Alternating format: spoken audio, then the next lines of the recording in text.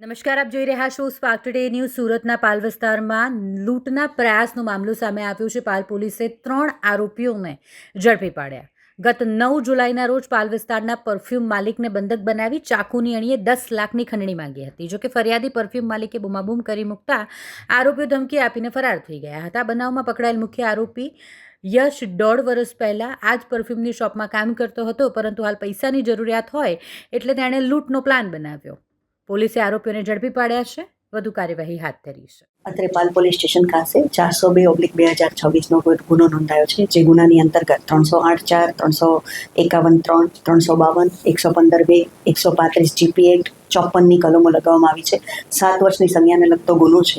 બનાવની તારીખ છે 9/7/2026. બપોરનો સમયગાળો છે 2 થી 2:30 વાગ્યા સુધીનો. બનાવની ઘટનામાં એવું છે કે જયમીન ડોબરિયા નામનો એક વ્યક્તિ છે, જેની અહીંયા TM પરફ્યુમ કરીને આબોરે કોમ્પ્લેક્સમાં પરફ્યુમની દુકાન ચાલી રહી છે. જેની અંતર્ગત એ બપોરે દુકાનમાંથી નીચે ઉતરતા હતા. એ દરમિયાન 2 અજાણ્યા ઈસમો છે એ સ્પ્લેન્ડર બાઇક લઈને આવે છે અને એને નામ પૂછે છે કે ભાઈ તારું નામ શું છે, અને એમ કે છે જયમીન ડોબરિયા. એટલે પાછળનું ઈસમ છે એ ઉતરી જાય છે અને એને કાંઠેથી પકડી લે છે. જ્યારે આગળ ચલાવનાર ઈસમ છે એમ કે છે કે તું પતાવીને બહાર આવી જા. એ ઈસમ છે એ સ્પ્લેન્ડર લઈને બહાર જતો રહે છે અને જે બીજો ઈસમ છે એને ગળેથી પકડી અને ખેંચવાનો પ્રયત્ન કરે છે. ઢીક્કા મુક્કીનો માર મારે છે અને એમ કે છે કે 10 લાખ રૂપિયા દે યશને તેરા ગેમ બજા ડાલા હે. પેલો પૂછે છે કે કોણ યશ, કોણે તમને મારા વિરુદ્ધ કીધું છે? તો કે 10 લાખ રૂપિયા દે એમ કરી અને એને ખેંચી અને એ બહાર તરફ લઈ જવાનો પ્રયત્ન કરે છે અને જબરદસ્તીથી એને સ્પ્લેન્ડરમાં બેસાડવાનો પ્રયત્ન કરે છે. કેડમાંથી ચપ્પુ કાઢે છે, પરંતુ એની કેપ બહાર કાઢતો નથી અને ચપ્પુ બતાવી ધાક ધમકીથી મારવાનો પ્રયત્ન કરી અને એને ખેંચવાનો બહાર પ્રયત્ન કરે છે. મીનવાઇલ આ ફરિયાદી છે એ બૂમ બરાડા કરે છે, જેના કારણે બંને આરોપીઓ ગભરાઈ જાય છે અને એને મૂકી અને સ્પ્લેન્ડર લઈને બહાર જતા રહે છે.